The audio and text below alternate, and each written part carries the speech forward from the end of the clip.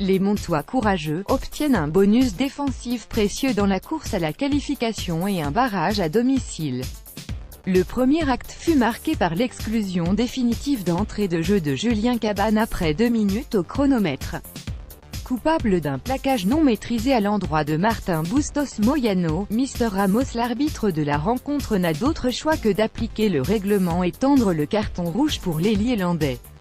Si cette décision pouvait perturber les événements, ce n'était pas forcément le cas avec des Montois appliqués et besogneux. Yohan Laoussas Piasso amorce une relance du fond de terrain. L'avancée générée permet une transformation idéale avec Matthew James à la conclusion d'un joli mouvement en bout de ligne. 0-5, 6e. De quoi donner du baume au cœur hollandais qui font mieux que résister. Les Bayonnais tentent de répliquer sobrement.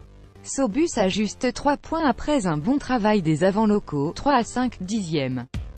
Si le contexte extrasportif est lourd et pesant à Jean Daugé, on sent les ciels et blancs en grande difficulté dans la conquête directe.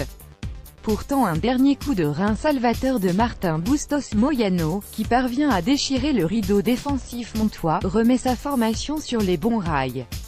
8-5, 40e, à la pause pour les hommes de Pierre Berbizier, qui virent en tête pour concrétiser leur supériorité numérique.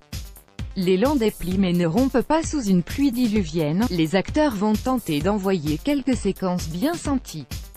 C'est les Basques qui tireront les premiers, Emmanuel Sobus profitant d'une mésentente auprès du pack montois, pour prolonger au pied dans l'embut et donner de l'avance aux siens. 15-5, 46e. La suite des opérations verra un chassé-croisé des buteurs qui laissera en vie des visiteurs enragés jusqu'au coup de sifflet final. 18-8, 60e.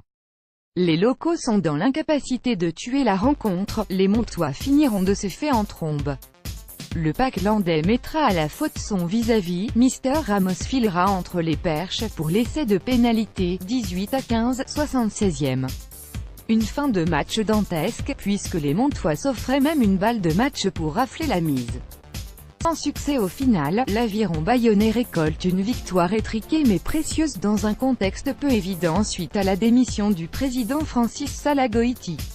Les Montois, très longtemps en infériorité numérique, apprécieront à sa juste valeur ce bonus défensif dans la course à la qualification, avant la réception de l'USAP dans une dizaine de jours pour aller chercher un barrage à domicile.